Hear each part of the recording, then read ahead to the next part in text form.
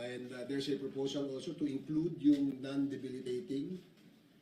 Ang example na binigay nila ay yung anxiety, no? Or severe insomnia, which also is considered a non-debilitating illness, which can be cured by medical cannabis. So, yun lamang po yung batas na inaprubahan natin kanina. It is not delisting marijuana or medical cannabis doon po marijuana doon sa enumeration sa Republic Act 9165 na prohibited dangerous drugs considered pa rin yung marijuana. So, may mga naging concessions ba or what doon sa, or specification ba ng medical cannabis na define doon sa proposed bill natin? Ano ba to? Yung cannabis oil ba ito? Or yung mga tabletas ba ito? Pero po bang ganun sa proposed bill po natin po? Yes, naka-define po doon yung doon sa ang sinabi po doon sa proposed na batas ay in pharmaceutical form, no? Either it is ang tawag doon, intake, oral, sorry. Thank you. Either oral, it can be taken orally or can be injected too. No? Basta may medical, and this can only be prescribed by an accredited medical cannabis physician. Yun ang regulation at control na nilagay natin doon. Bale, sir, merong registry of medical cannabis physicians. That is correct, yes. So how do you become accredited? Become accredited? Kasi lalabas hindi lahat ng doktor. In this law, it is creating a unit in the Department of Health. It's called MCO. Yung MCO is a Medical Cannabis Office. Sila ay magre-regulate ng issuance ng permits sa lahat po ng physicians. Of course, in coordination with DDB to. No? Physicians, drugstores, hospitals, clinics, at yung kaninang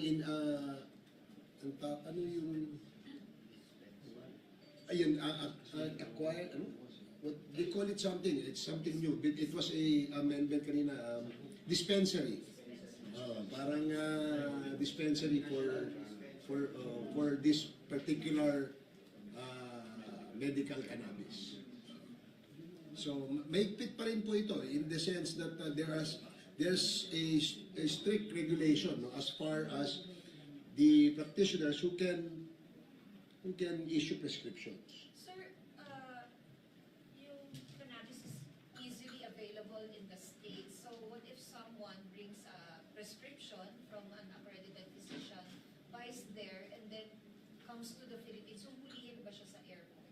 Hindi, as long as meron siyang prescription. Basta may prescription. As long as meron siyang prescription. Kasi dun sa ating pinopropose na batas, sinasabi rin natin doon na yung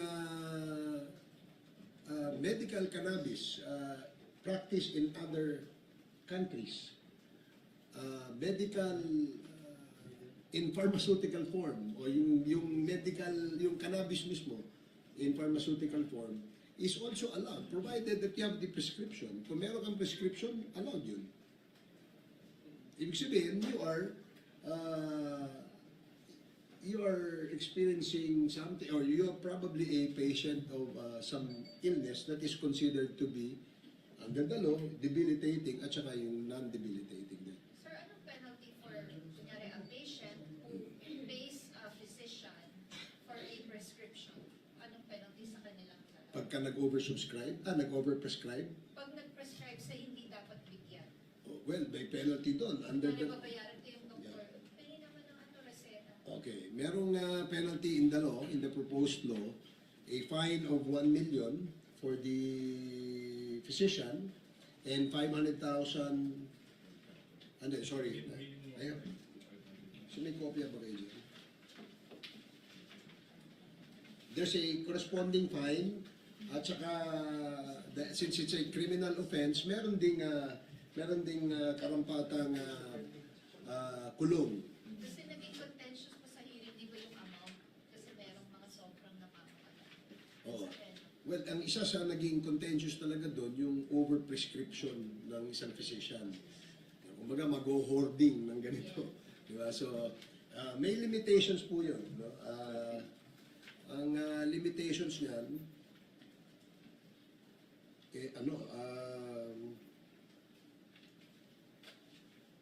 the physician will only prescribe what is allowable, no? Allowable dun sa kanyang illness. Okay, going back dun sa penalties kanina, the acts or omissions committed in violation of this act shall, upon conviction and final judgment, be punished with a fine of 500,000 to 1 million pesos, or imprisonment of not less than 6 months but not more than 6 years at the discretion of the court. So that is yung ano to, ito yung in violation of yung overprescription, yung nag-issue siya sa isang pasyente na hindi naman patient with a debilitating disease, o kaya nagtinda siya, hindi naman siya registered and accredited dispensary or drugstore. So, these are the penalties. So, parang napag-usapan din po na kailangan dumaan sa DDD para ma-check kung nasa watch list, may ganun ba? Oo, well, yan, yun ang nilagay natin, ano? Gusto natin kasi na although the MCO or the Medical Cannabis Office is a department or a unit under the DOH, kailangan pa rin dapat may close coordination with the DDB. Kasi baka naman maka-issue ng permit itong MCO dun sa mga hindi karapat-dapat. Halimbawa, merong doktor pala na pusher, o hindi kaya drug lord, o hindi kaya yung merong plantation, di ba? Yung plantation niya, kasi cultivation is one of the provisions of this law.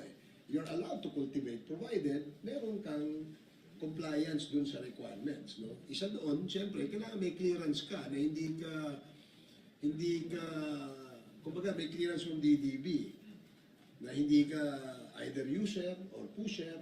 So, hindi nangyayari, sir, na halimbawa, drug lord ka, and then you want to turn legit, mag-open ka ng farm. Hindi pa pwede yun. If the applicant, no, kasi you can open a plantation, yung plantation na yun, siyempre, has to have some rigorous requirements na they must comply, no? So if they will comply with all these requirements, then pwede na silang maging plantation owner. But again, no, maraming strict regulations na ilagay dito sa batas nito na hindi basta-basta pwedeng gawing negosyo ng somebody involved sa illegal drugs o yung nagbebenta o yung drug lord sa isang lugar. So, tatanggalan ng lisensya yung physician? Oh yes, tatanggalan ng license yung physician, may babayaran siyang fine, yung kanyang suspension and revocation of professional license. Sir, may kulong. Yes, may kulong. Minimum of 6 months but not more than 6 years. That's what the law provides. Kasi alam naman natin marami na pong nagtutulak nito in the past. Are we confident na this time makakalusot na to at tuloy ang isa sa batas? And if yes, ano po ba yung edge at sa tingin nyo ano yung nilalaman nitong panukala nito para talagang tuluyan na siyang mailusot? Well, dun sa aming panukalang batas na ito, medyo hindi ganun kadali, no? Medyo mahigpit itong ating nilagay na mga provision dito sa batas na ito. In fact, not all medical practitioners will be given accreditation. Kasi may training ito, merong clearances na kailangan niyang i-secure, meron siyang mga marami siyang requirements that he has to comply.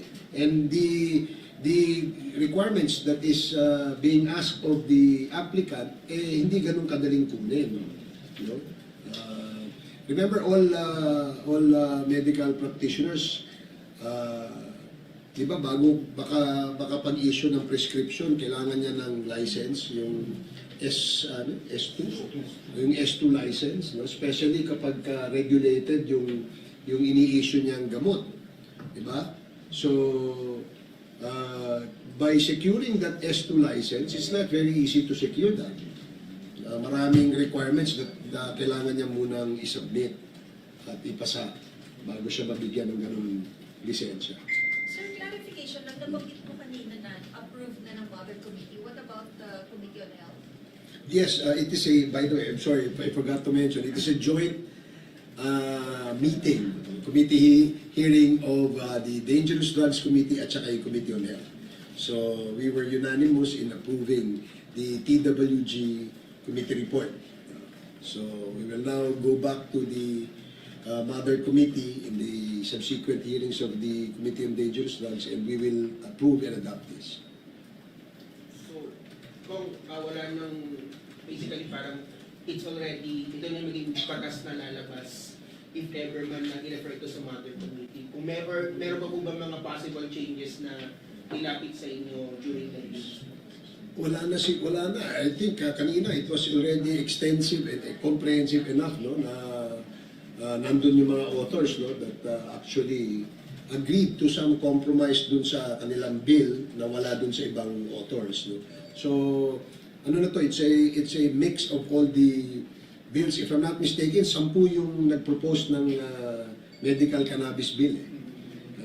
And we only wanted really to clarify na ito ay medical, for medical purposes lamang ito. And we are just, actually, the law will just grant an exception doon sa enumeration ng prohibited drugs doon sa under Republic Act 9165, basta itong marijuana is only for medical use. Wala hong recreation dito. Sir, clarify ko lang po. So, ibig sabihin po, yung bill po ba about delisting cannabis or marijuana, wala na po yun? Well, inabsorb na ito nung 10 bills, no, na kung saan in the TWG, they debated on this particular proposal kung either to delist or just to tolerate yung medical portion of cannabis. So, of course, nanaig dito yung medical at we're not delisting the marijuana in the enumeration of the law as considered to be prohibited. Kung may provisions din po ba sa exportation ng medical cannabis? Kasi, of course, hindi lang to basta yung pag-plant, magkaroon ng mga plantations ang possibly gagawin natin legal, but also the exportation. May safeguards po ba rito para hindi maumito na parang ginagawang front ng iba yung exportation ng marijuana for medical uses? Itong batas po na ito, hindi po nag-aalaw ng export. Ito po ay para sa atin lamang. In the event that this would become a successful, and maybe in the future, no, pwede natin i-consider amending this and including export as, I'm sure it will happen, no? It will happen but not now. Importation. Sir? Importation. Yes, kasi ngayon wala pa namang gumagawa dito sa atin. No? Eventually may gagawa na dito sa atin. In the meantime, we will allow the importation provided that the importer will comply with the requirements under the law. Sir, have you heard from medical groups or sa mga doctors? Parang kanina kasi sila parang wala akong masyadong narinig about them. Are they supportive of it? Kasi kumbaga kahit may ganito ng batas, mahirap pa rin nga kumuha ng yun nga. Needed permit to issue prescription. Ano bang feedback from them? They are always in attendance dun sa TWG at saka dito sa Mother Committee and their opinions were also considered. No?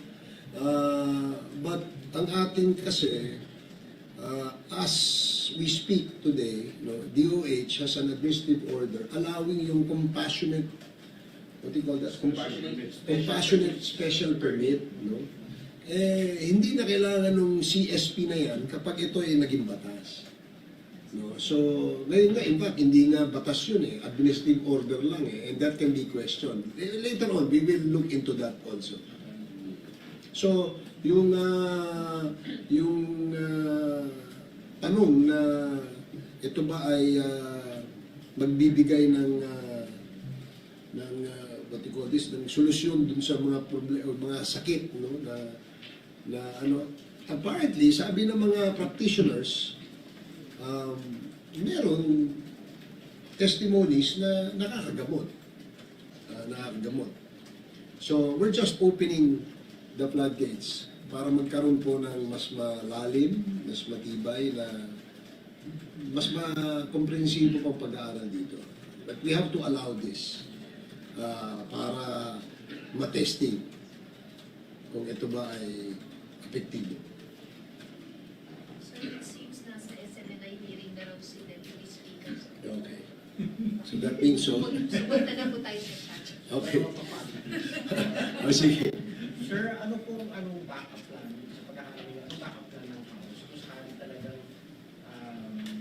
hindi kayo pagbigyan doon sa gusto ninyong timetable dito sa RBE6, meaning will be pilit ng mga senador na sa October pa or hindi na yung March papasa itong RBE6? Sa ngayon, hindi pa namin napapag-usapan yung backup plan. Kasi we're just giving the Senate the time, no, to consider approving and adopting RBH 6. No? At it would really be appreciated if they will pass this at the scheduled time that they promised. Kasi nag-promise daw sila ng period. No? At of course, if this will not happen, I think ongoing pa rin naman yung People's Initiative. No? It's just suspended for the meantime by the COMELEC. So, I don't know, maybe one of the backup plan would be to consider the People's Initiative. Sir, yan kasi yung pinagbuputok ng budget nitong si Ivy Marcos eh. Hanggat hindi daw nasisigurong tuluyan ng inilibing yung People's Initiative, eh mukhang hindi rin siya titigil. Pero based on yung pronouncement, maaaring possible, yun ang magiging backup natin yung People's Initiative. Hindi kaya lalong lalala yung 50,000. Alam mo kasi, yung People's Initiative, wala naman po sa kamay namin yan eh. Nasa kamay na po yan nung kamay po yan nung pirma eh. At saka if the COMELEC suspended it temporarily, they probably have a reason. Kasi kami, wala naman po kaming role dyan. No?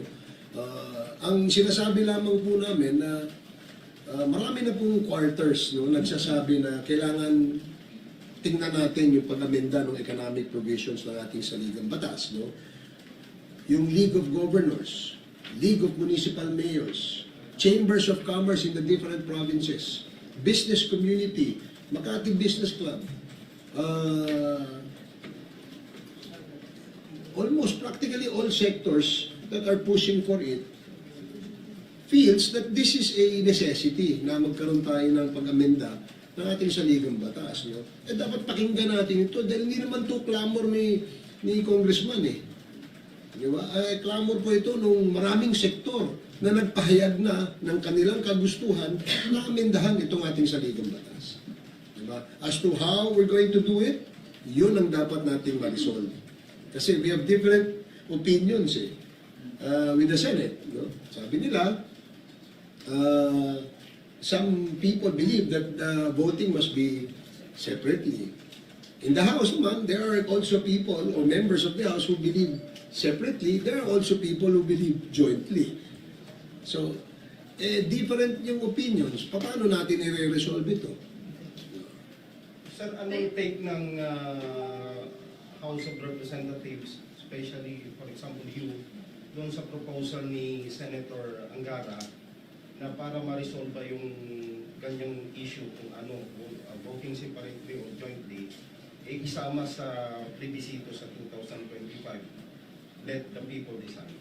Yeah, I think if push comes to shove, as they say, let the people talaga decide. Kasi ito naman ay para sa taong bayan. Eh. Yun nga ang problema kasi parang nagkakaroon ng ibang imahe, no, yung ating intensyon na amendahan ng saligang batas. I'm sure, no, yung mga senador din nating mga kaibigan, gusto rin naman nila maamendahan ito. No? Sa pamamaraan na maaaring sila lang ang may gusto o sila ang may alam, ganun din naman dito sa House. No? May kanya-kanya rin silang opinion. I guess what is important is that there must be an amendment to the economic provisions of the Constitution. People who are pushing for this must not be demonized by saying na ang gusto nyo lang ay term limit extension, gusto nyo lang wala nang change of form of government. Wala akong pinag-usapan ganun. Ang pinag-uusapan po ay yung economic provisions lang. In fact, bilang patunay dyan, paulit-ulit pong sinasabi ni Speaker Romualdez na just pass RBH 6 dyan sa Senate, we will embrace and adopt it. Pero kayo, sir, pabor po ba kayo na doon sa sinusunod ng People's Initiative, personally, pabor po ba kayo na voting jointly ang Kamara at Senado? Well, sa akin, oo. Pabor ako. Pabor ako dyan. So, tama nga na parang pinapatay nga daw po, sabi ni Senator Ali Marcos, ng People's Initiative na to, yung Senado, kasi wala na technically. Hindi naman. Yun na nga eh. Kaya balikan ko ulit yung sinabi ko kanina, there's a differing opinion dun sa mode of voting. But ako personally, jointly. Some would probably agree with me, some will probably advocate a different opinion. Sir, si Senator Jingo Estrada, willing na maging emisaryo daw para magkasundo ang House at saka ang Senate, particularly kung kay Speaker Romualdez. Kayo bilang member ng Spice Boys at ang Senate President ay former member of the Spice Boys ng Kamara, willing ba kayo na maging emisaryo din? Oh yes, willing ako. Kailangan naman talaga mapag-usapan ito dahil hindi naman lingid sa kaalaman ng mga senador at mga kongresista na isang pamamaraan para ma-resolve natin itong impasse na kung tawagin. Kailangan mag-usap. Kailangan natin umupo. Kailangan natin pag-usapan ito. Kasi, of course, ang biggest worry kasi ng mga senador kasi ngayon is, when you say voting jointly, mas marami kayo sa House. Magagabble up yung mga senador because they're only 24. And also, some senators have expressed quite dissatisfaction na rin doon sa naging resolution na protecting Speaker Romualdez. What are your thoughts about it?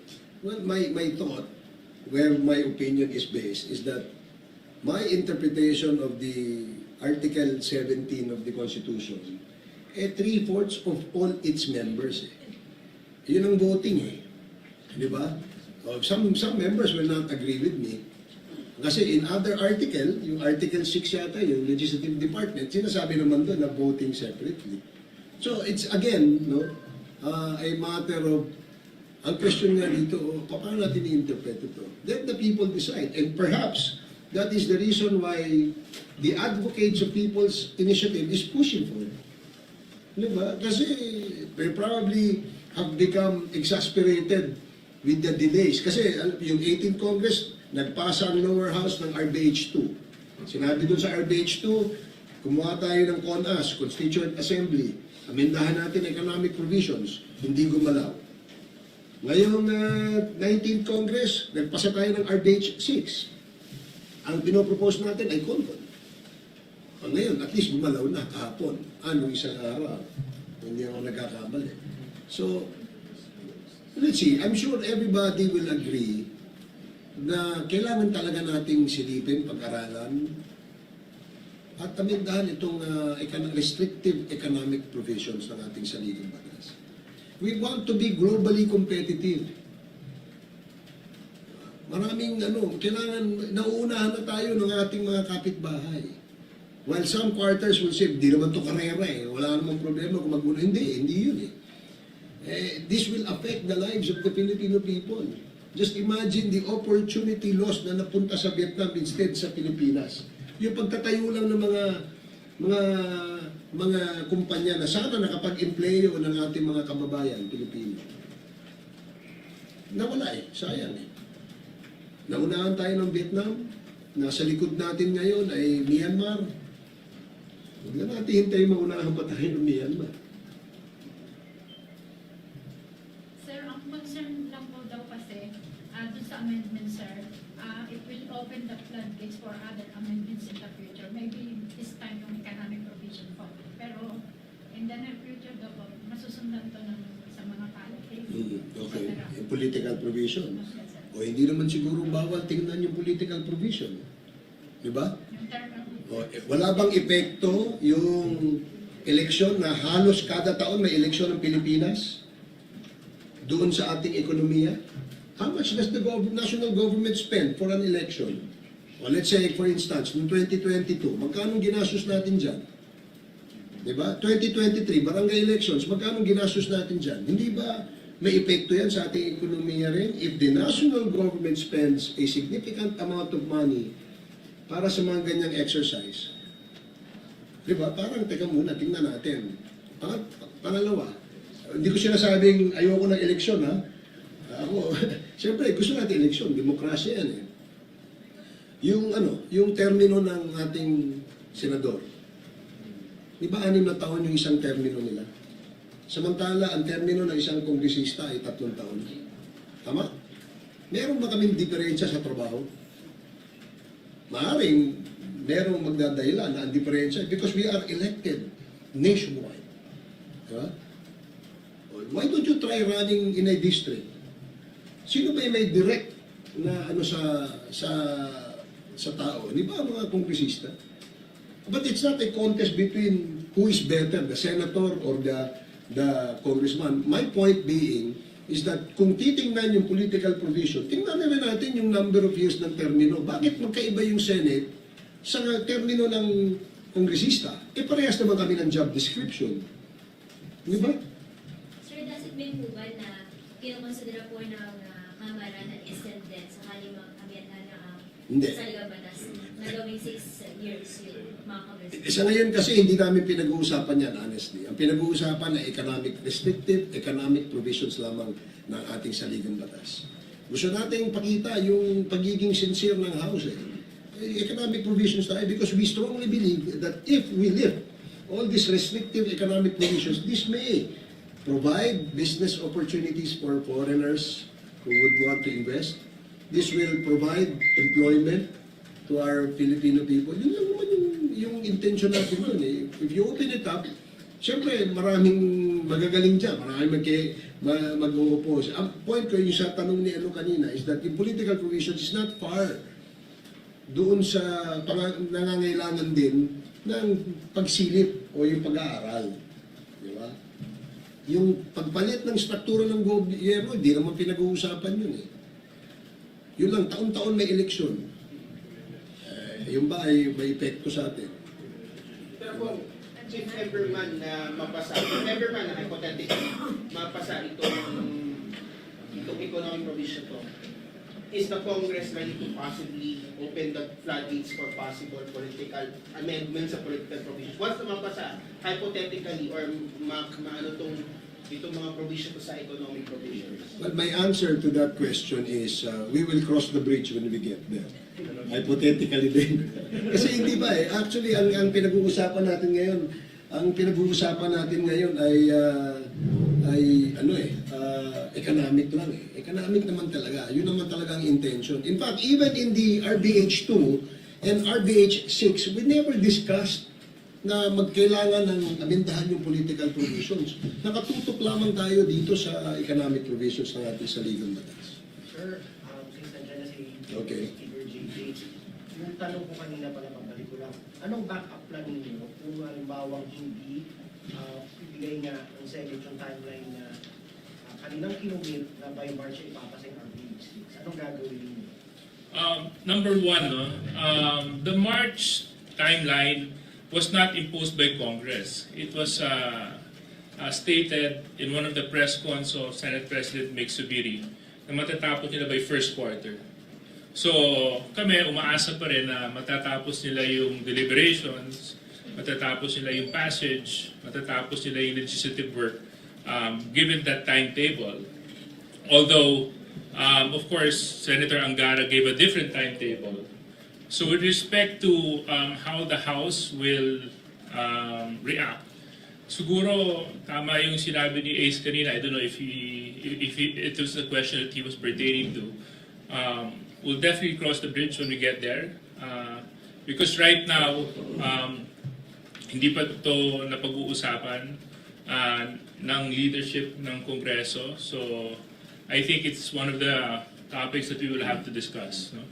Pero sir, definitely kung halimbawa hindi mapasa by March ng Senate, hindi pa yung game over sa inyo.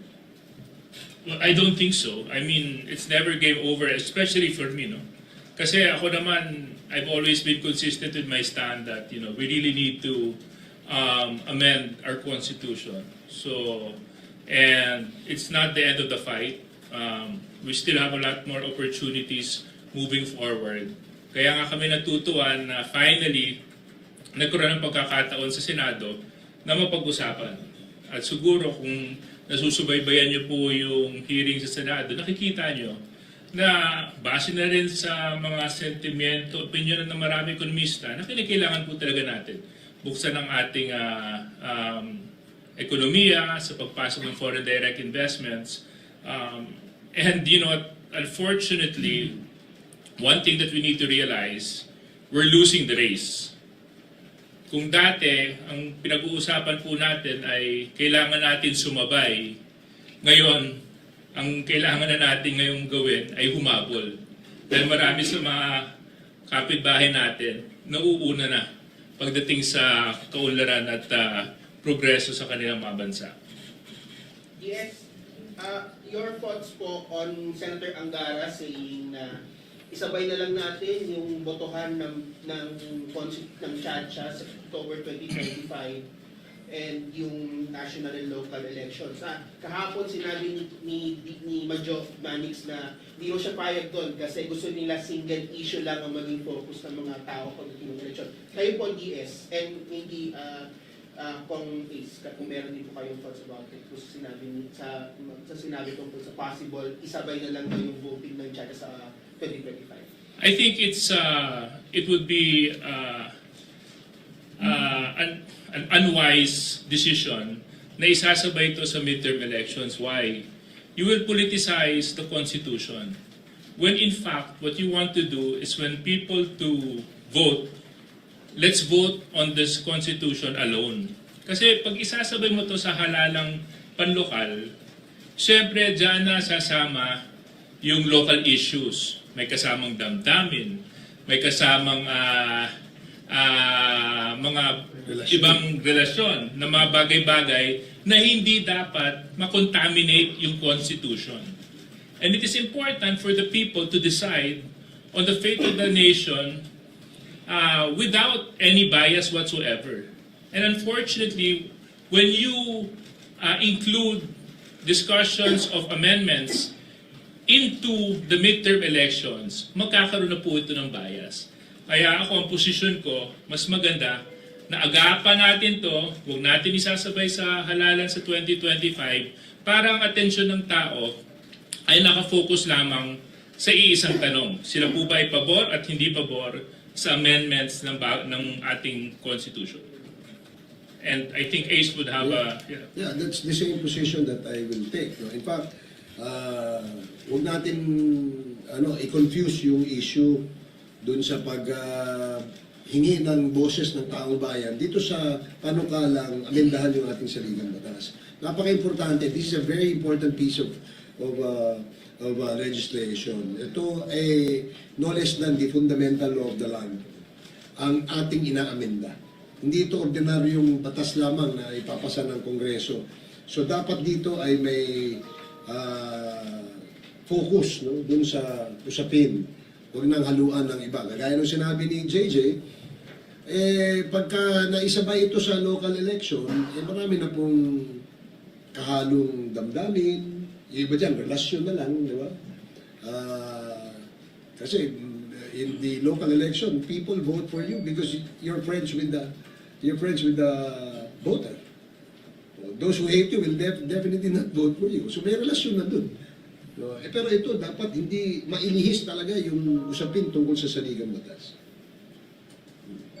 Sir, yesterday the majority leader issued a challenge to the senators to make clear their stand whether they're for or against charter change. But the senators are saying they have just started hearing RBH 6 and it's too early for them to come out with any position at this time? Your thoughts?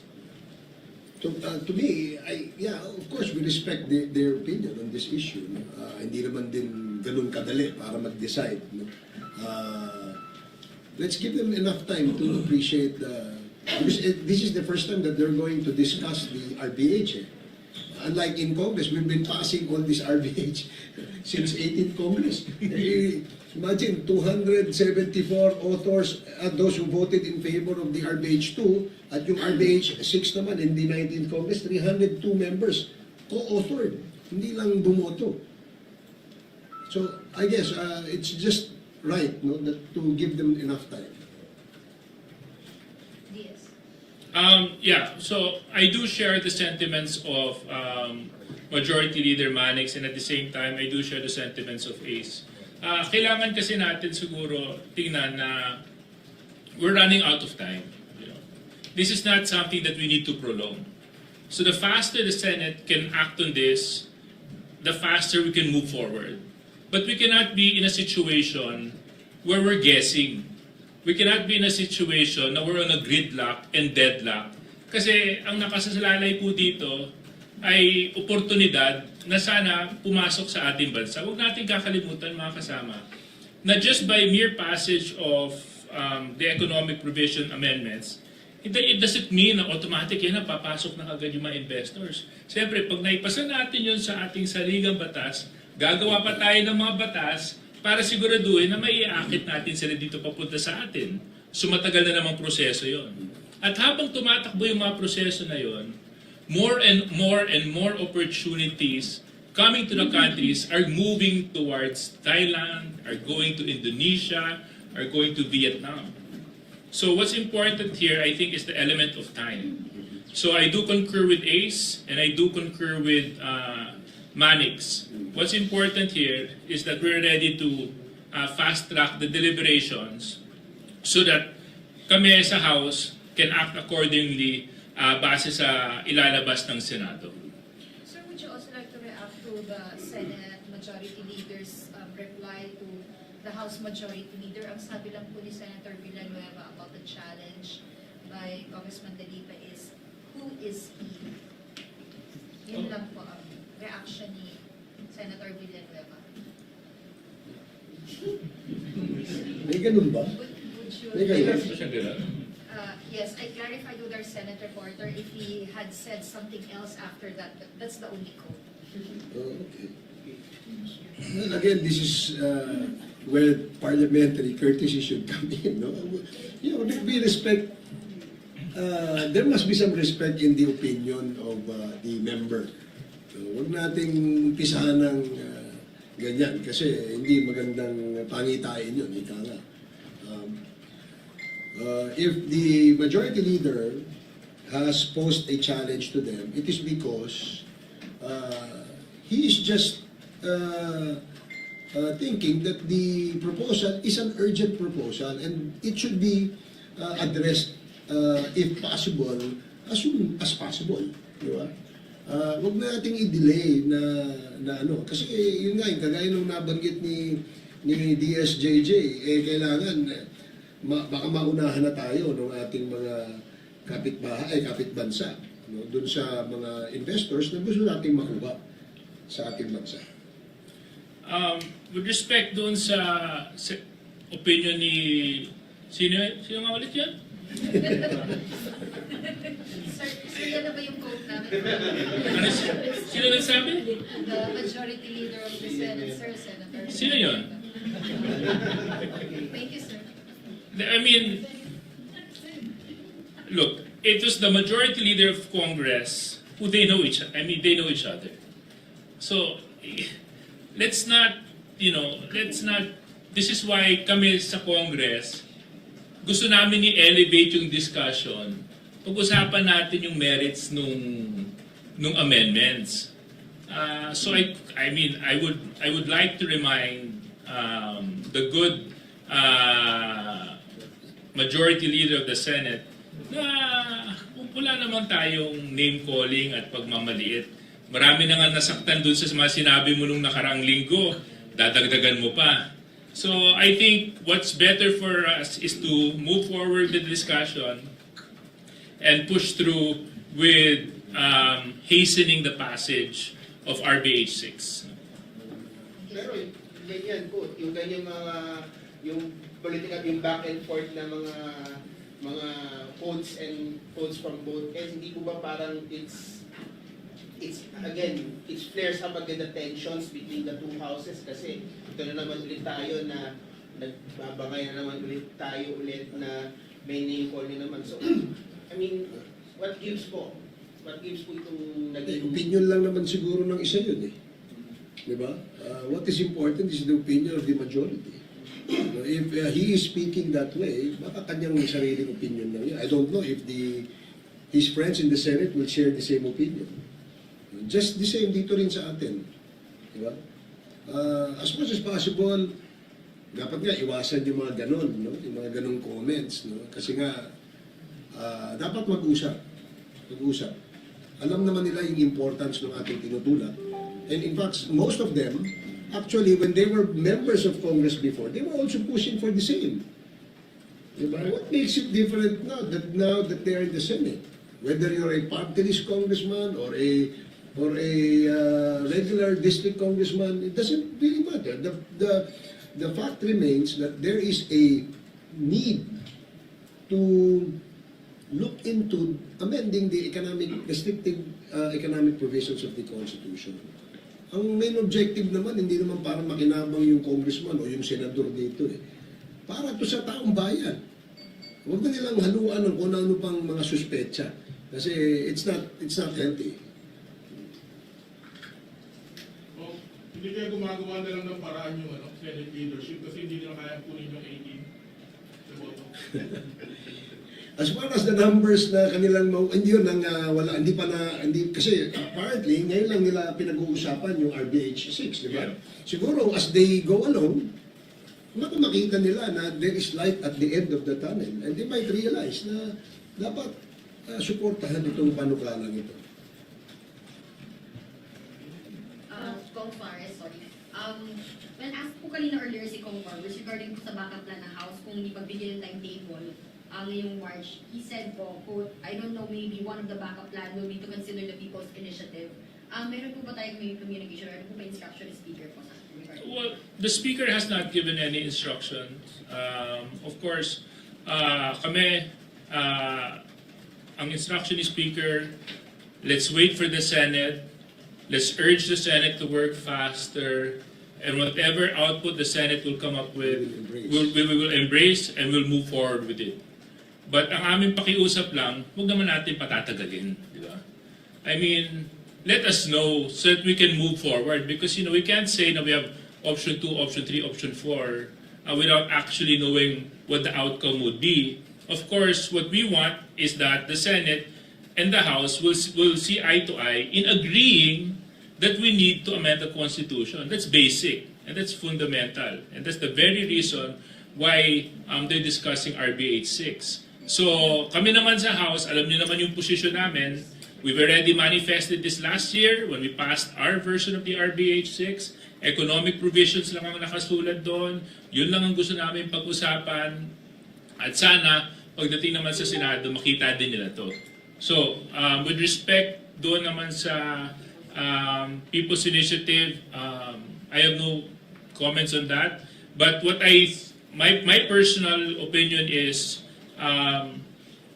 it is the most sovereign manner of amending the Constitution. Kasi nanggaling sa tao eh.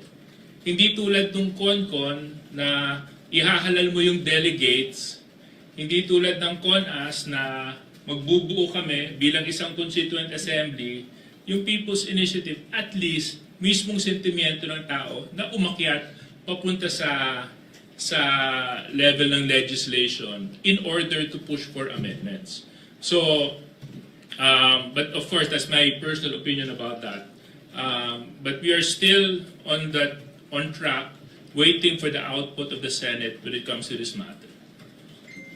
Kongs, pahabol na lang po, despite the issues surrounding the House of Representatives, yung trust and performance ratings ni Speaker Romualdez ay patuloy na tumataas. as reported in an Octa Research sa kanilang latest survey. Ano pong masasabi niyo dito and where do we attribute this? Well, ako, first of all, kudos to the speaker. At least the fruits of his labor is now coming out in the open. People realize na maraming nagagawang maganda ang ating house sa liderato ng ating speaker. At hindi to yung mga efforts na ginagawa ng ating speaker ay patunay na isang malaking suporta sa administrasyon ng ating presidente sa ngayon, no, si BBM. And all these measures that we pass in the House, yung SONA priorities, yung LEDAC priorities, ito po ay mga proposal na ipinasaho ng lower house nang sa ganun ay makatulong na malaki. Hindi lamang po sa administrasyon, kundi maramdaman ng taong bayan. I think, and that is a manifestation of the efforts done by the Speaker. That's why tumataas patuloy yung kanyang rating. With respect to the continuing improvement in the ratings of the Speaker, knowing the Speaker personally, hindi niya tatanggapin yun. Ang parati niyang sasabihin, this is the collective effort of the House of Representatives. And true enough, this is the most united Congress that we've ever had when it comes to the passage of legislation, when it comes to the passage of SONA priorities, LEDAC priorities. Parati nga kaming advance sa assignment. Parati na namin nagagawa yung mga kailangan at hinihingi sa amin. Kasi dito pinakikita ng ating mababang kapulungan, huwag naman mababa, ng Kongreso na tumatrabaho at walang oras na inaaksaya upang ipakita yung aming legislative work. But a lot of our work also is shown on the ground. And evidence to this is the numerous social programs that congressmen are aiding the departments when it comes to implementation. And at the same time, papasok na rin po tayo sa phase ng oversight function natin para tingnan naman yung performance at efficiency ng ating mga departments when it comes to implementing their mandate and their responsibilities. But again, I would like to congratulate the Speaker to his continuous improvement ratings in trust and approval. But knowing him, sasabihin niya parate, no, this is not me, this is the House of Representatives. Kong, one last na lang siguro kasi nag-file si Kong Edsel ng isang bill, House Bill 1969 that creates his own version ng parang law to enabling law for the People's Initiative. What are your thoughts about? Kasi sinabi niya na hindi raw enough yung current na 6735 or 6735 na Initiative and Referendum Act. So, what are your thoughts about it po dun sa final na bill ni Kong Edsel na he said na ito raw po yung dapat na enabling law for PI? Well, siguro si Kong Lagman finds it insufficient yung enabling law natin dun sa People's Initiative. Of course, maganda rin yan na mapag-usapan. Kung talaga bang may kakulangan, di mas magandang ayusin at dagdagan.